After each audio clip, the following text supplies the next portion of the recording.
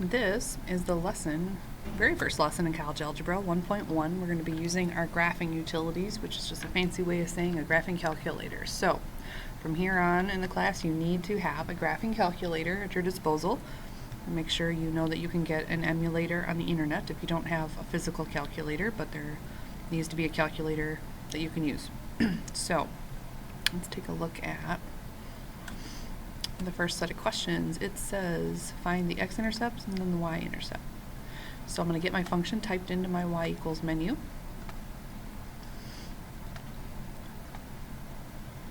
And type carefully, because if you do get it typed in incorrectly, we're not going to get the right answers.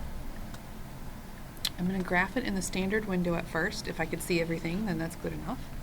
And I can. So the x-intercepts, looks like there's going to be 2 points I'm going to be finding, and then the y-intercept, there's obviously 1. I'm going to start with the y-intercept actually, because that's the easiest one to find. On the y-axis, which is where the y-intercept occurs, the x value is always a 0. So the easiest way to find the y-intercept is to press the trace button to pull up the cursor, and most of the time your calculator will by default give you the y-intercept as its first starting value for trace. If it didn't, all you would have to do is type a 0 and then hit enter, and it will pop out the corresponding y value for when x equals 0. So the y-intercept is 1, so under y-intercept I would mark that out. You could either say the point 0, 1, or just write down 1, because obviously on a y-intercept the x is 0. Now for the x-intercepts, we're going to use the calculate menu. So second trace, and then remember number 2 is called the 0 finder. So I'm going to choose that and follow his directions. It says left bound, so of this first x-intercept, I'm going to make sure my cursor is to the left of him, which is above the x-axis, and he is. And then I'm going to scroll a little bit to the right of that intercept, and then guess, just to enter one more time since I'm close to it. And that x-intercept is at 0.293. I don't know if the paper tells you to round to a certain place. I'm just going to say 3 decimal places, so 0.293. And we're going to do the same thing. Oh, didn't have to move it, I suppose. Second trace. Whoops, second trace. 0 finder. And this time I'm going to go left and right of the other x-intercept. Excuse me. So we're a little bit to the left of him right now. Boy, I'm dropping stuff. And then a little bit to the right of the x-intercept, the other one that I'm trying to find, and then enter one last time when it said guess, and my other x-intercept is at 1.707, and I would write both of those down for x-intercepts. Again, you can write out the whole ordered pair, so 1.707 comma 0, or just 1.707. Okay, our next question is another polynomial. This time they want us to find still the y-intercept, but then the max and the min. So in my y equals menu, I'm going to put in my new function, again typing very carefully.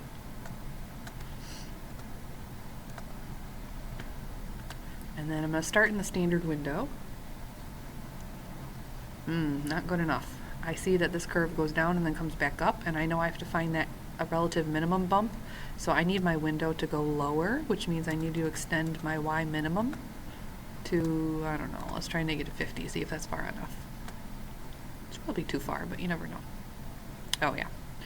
So I'm going to do the easy one first, the y-intercept. Remember, if I just go ahead and pull up the trace button, generally it by default starts on the y-axis, but if it didn't, I would just type a 0 for the x, hit enter, and indeed the y-intercept is negative 5. Now when I go to find, let's find the maximum bump first. In the calculate menu, I'm going to choose the maximum finder. Oops. And then follow the directions. So a little left of him, I think I already know what this bump is, but that's okay. To the right of him, and then guess, hit enter one last time. Now my calculator, because it's doing some very advanced calculus on some very cruddy picture, it doesn't quite give me what the actual maximum relative max ordered pair is. Negative 1.157 e to the negative 7 is scientific notation for negative 1.15 times 10 to the negative 7, and in fact your calculator might give you a different number. The point is, that number is 0. It's really, really, really close to 0. Depending on what calculator you're using, it's going to give you a little different number, and depending on your window. So the maximum ordered pair is at the ordered pair 0, negative 5.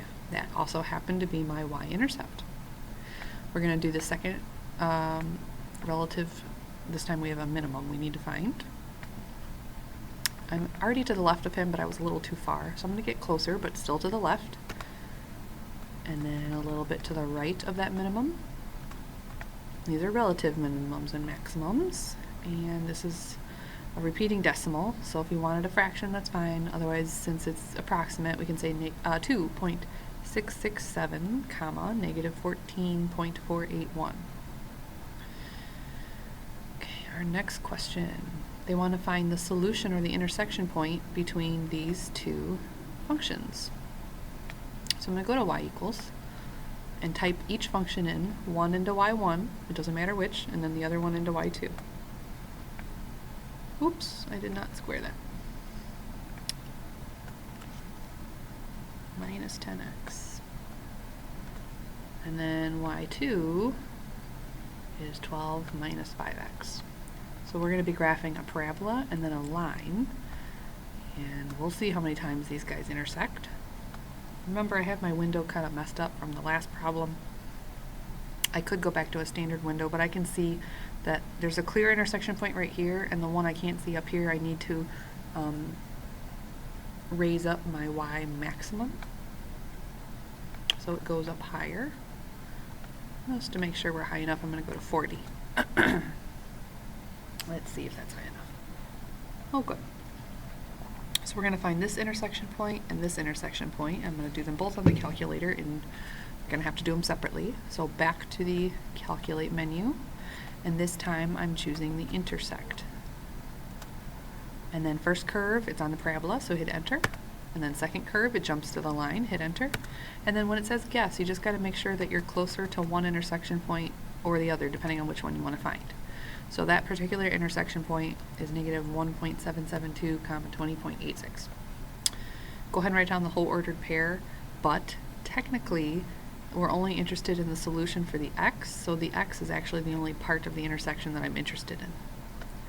We're going to do the same function, intersect function. Oh goodness, excuse me. Now when it says guess the next time, you got to get closer to the other guy. Okay, I'm there. And again, my intersection point is that, but the x value is actually the intersection part that I'm interested in. So 6.772. And I have found my two solutions to that equation. The following part has the same sort of idea on our calculator. We are going to, oh goodness, go to y equals and type in those new functions. This thing is really hard to type on, so feel bad for me. Point 0.4 x squared minus 5x plus 40. And then in y2, can't see it, it's 5 plus 9x minus, oh goodness, 0.3x squared. So apparently we're going to see two quadratics, or two parabolas. And again, my window's all messed up from the last time I did a problem, and probably it's not appropriate. Not quite. Okay, so let's adjust the windows. The x's are going way too far to the left, but if you don't want to adjust that, that's fine. I think I need to go much further, well, further to the right. We'll try 20. And I'm definitely down far enough. I need to go up higher. So just to be safe, I'm going to say 100. As long as I can physically see it with my eyes, then we're in business. Oh, good. I can see intersection, intersection. There are going to be two in this problem. So using my intersection function, enter, enter, enter, and I'm just going to find the one I'm closest to first. So I'm going to write down for sure the x value. If you want to write down the y value, that's fine. But the x value is the important part. And then intersect, enter, enter, and before we hit guess, I need to get closer to the other intersection. Otherwise, you're going to keep finding that same one over and over again. And there he is. So the two x values from those intersection points are the two solutions if I were to set these equations equal to each other. If this was a story problem, we'd have to think about appropriateness of our answer and if anyone was extraneous, but that's something we'll think about later. Okay, this last guy, I think it's the last one, yep. We need to find all sorts of things. X-intercepts, Y-intercepts, relative max, relative min, increasing interval, decreasing interval. All right, so a big review from Algebra 2 coming your way. So on my calculator, oh yeah, type in your new function. Oh yeah, 0.1 x squared. This is where I need a touch, oh, it's not squared. I need a touch screen computer. That would make this easier. Minus x squared minus 5x plus 10. Okay, we're gonna graph that. Kind of interesting. My last window I had is really quite good for this problem, so I'm gonna keep it. I need to find 1, 2, 3 x-intercepts. There's only the one y-intercept. I see a relative max, I see a relative min, and we'll talk about increasing and decreasing in 1 second. So let's begin with the easy one. Let's do y-intercept. I'm just gonna hit the trace button. It does not give me the y-intercept at first, so I'm gonna have to type a 0. And it looks like the y-intercept is at the number 10, not surprising. So you can either write down the ordered pair 0, 10, or just the y-intercept is at 10. Whoops, let's get that out of there. And now we're going to go to our calculator and we're going to find each one of these x-intercepts. So second trace. And we'll use the 0 finder for x-intercepts. I'm going to find the one on the left first. So go a little bit to the left of him and then hit enter. And then a little bit to the right of him and hit enter. And then guess, hit enter one last time. And one of the x-intercepts is negative 4.79. We'll just round to 2 places this time. Alright, get out of there. We need to find the other 2. Second trace. 0 finder. I'm already to the left of him. I'm just really far away and I don't like to be that far away. So I'm going to get closer and then go a little bit to the right. And then I get 1.58 when I round to 2. Oh, goodness. 1.58. And then the last x-intercept. Come on. Oopsies. Again, I'm already to the left, I'm just too far away. So I'm going to get closer. And once I'm there, I'm going to hit enter. And then to the right. And I get 13.21. Okay. I get smart and minimize this. 13.21. And the maximum is the relative maximum, which we can find right here. So under the calc menu, second trace, maximum, go a little bit to the left of your maximum. Now I'm going to show you a shortcut. Instead of scrolling forever, you can actually just type a value that you know is a little bit to the left. And judging from what I can see, negative 5 looks like it's definitely to the left. And then something a little to the right would be probably negative 1. Whoops. Whoops, whoops, whoops. Oh no. Alright. Delete that. That wasn't as smooth as I thought. Let's try negative 1 and then enter one last time. And I get a max at negative 1.94, 15.21. Oh goodness, okay.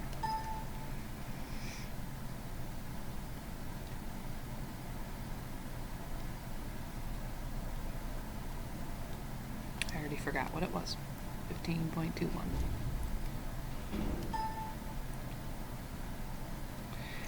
And then the minimum, I'm also going to find using the calc menu.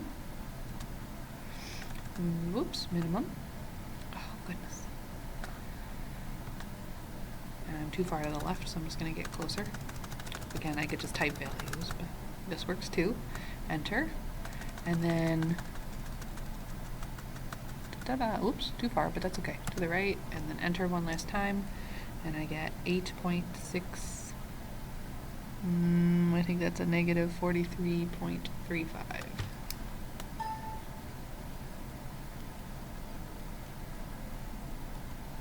Alright, So the last thing we have to talk about is when the function was increasing and when the function was decreasing. Now, it's important that we kind of draw a sketch for ourselves, just for this first question, because that'll help you understand what I'm talking about. If you had graph paper, plot it as accurately as you can. You can kind of guesstimate where some of these things are, though. Remember, we had a little maximum guy, like up here, and a little minimum guy, like down here.